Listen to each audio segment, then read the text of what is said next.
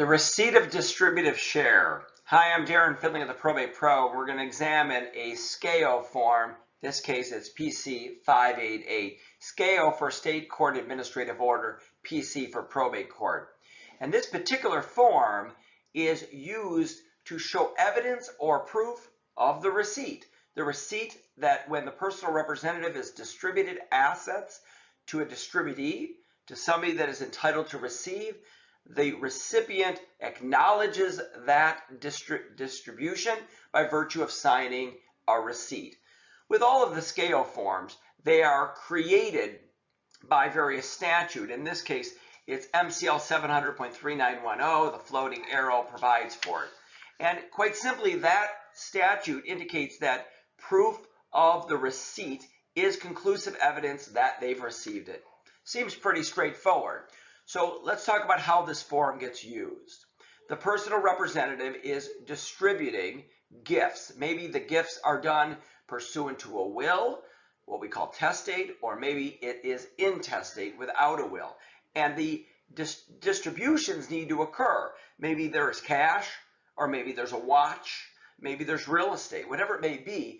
The distributions go from the personal representative who's responsible for administering the assets of the estate to the parties that are entitled to receive. And in this case, top left corner, you identify the county, top right corner, the case number for the probate proceeding.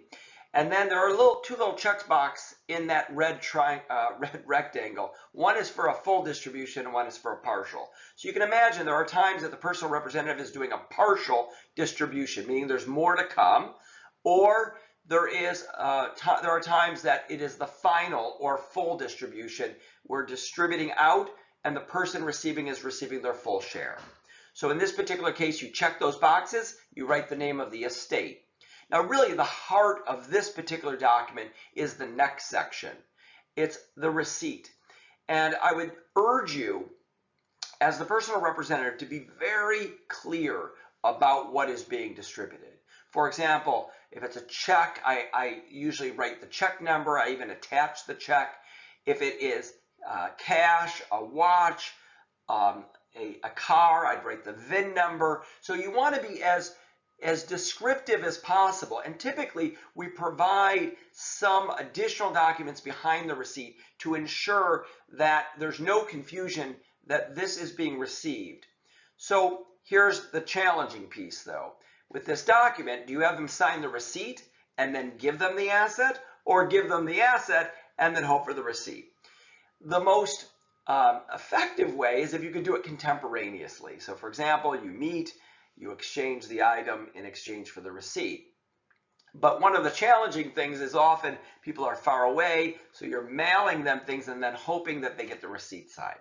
So often the way that this document is utilized is the personal representative sends it out and says, we're going to send you the following assets as set forth in the receipt. Please sign.